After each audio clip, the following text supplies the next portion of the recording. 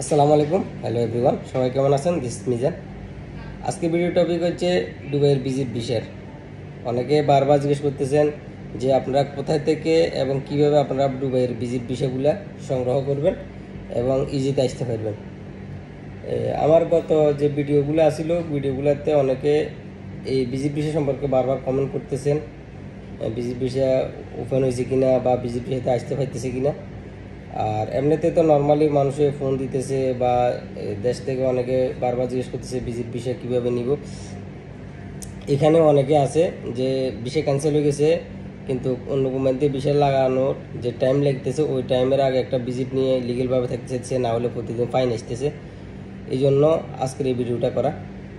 দেখেন, প্রথমত আগে অ্যাভেলেবেল যখন ভিজিট বিষয় ছিল তখন ভিজিট বিষয়টা ছিল 3 মাসের ভিজিট ছিল। এরপরে এরা ভিজিট বিষয়টারে টাইম কমায়, এটা 2 মাসের ভিজিট করছিল, অনলি 60 ডেজের ভিজিট করছিল। এরপরে এখন নতুন করে এরা 1 মাসের ভিজিট দিতেছে। এখন 1 মাসের ভিজিটটা হচ্ছে আপনার দীর্ঘদিন বন্ধ থাকার পরে আবার 1 মাসের ভিজিটটা চালু করছে। এই ভিজিটটা আপনি চাইলে নর্মালি নিতে পারবেন না। আগে যেরকম আমরা দুবাই থেকে অ্যাভেলেবেল ভিজিট বিষয় আমরা উঠেছি, আমরা দেশে পাঠাইছি, অনেকে আসছে, আসি ওখানে কোনো কোম্পানির আন্ডারে বা নিজের লাইসেন্স করে বিষয় লাগাইছে। এখন কিন্তু আপনি চাইলে এরকম ভিজিটে আসি বিষয় লাগাতে পারবেন না। ভিসাটা আপনি পাইবেন 1 মাসের ভিসা। এটার জন্য আপনাকে অবশ্যই বাংলাদেশ থেকে অ্যাপ্লাই করতে হবে। বাংলাদেশে যে দুবাই যে এমবেসি আছে গুলশানে, ওইখান থেকে আপনি আপনার প্রপার ডকুমেন্ট নিয়ে গিয়ে যদি প্রমাণ করতে পারেন যে হ্যাঁ আপনি ভিজিটের উপযুক্ত, তাহলে আপনি 1 মাসের ভিজিট ভিসা পাবেন। এক্ষেত্রে অ্যাভেলেবেল হইতেছে যারা গভর্নমেন্ট জব করতেছে, যারা ভালো বিজনেসম্যান, বিজনেস ট্যুরের জন্য আসতে চাইতেছে, এদের জন্য এদেরকে ভিসা দিতেছে। প্লাস যারা মিডিয়াতে কাজ করে এদেরকে দিতেছে 1 মাসের ভিজিট। আর যারা নর্মালি মানে কাজের জন্য আসবে ওদেরকে ভিজিট নর্মালি দিতেছে না। তারপরেও যদি আসতে চায় তাহলে মিনিমাম আপনার একটা ব্যাঙ্ক স্টেটমেন্ট দেখাতে হবে। আপনার নামে বাংলাদেশের ব্যাংকে টাকা আছে, আপনার স্টেটমেন্ট আছে, এরকম একটা স্টেটমেন্ট দেখাতে হবে। প্লাস হচ্ছে দেখি আপনি বাংলাদেশে কী করেন এটার একটা প্রমাণ দেখাতে হবে। বা আপনি এটা তো মানে আপনি আসতেছেন, দুবাইতে আসতেছেন বা ঘুরার জন্য এরকম একটা প্রমাণ দেখাতে হবে আর কি। মানে আমার দেশে কিছু করি, আমি দুবাইতে যাচ্ছি বা একটু ঘুরার জন্য, এরকম কিছু, বা বিজনেসের কি অবস্থা এরকম দেখার জন্য এরকম একটা মানে আপনাকে একটা প্রমাণ দিতে হবে।